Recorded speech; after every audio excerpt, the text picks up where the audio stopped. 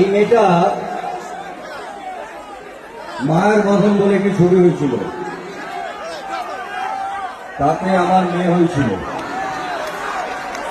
আর আপনাদের আশীর্বাদে গত 2 বছর আগে কৌশিক গাঙ্গুলির একটি ছবি কাবেরীর অন্তর্ধানে আমার নায়িকা হয়েছিলেন।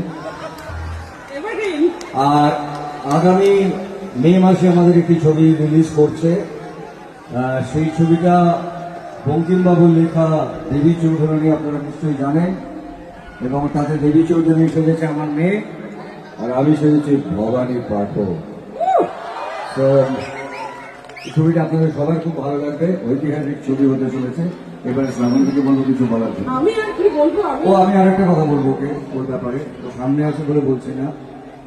আমি বিশ্বাস করি যে আমাদের মানে এদের যে প্রজন্ম, তাতে একজন অন্যতম নায়িকা শুধু নন, একজন ভালো অসামান্য অভিনেত্রী।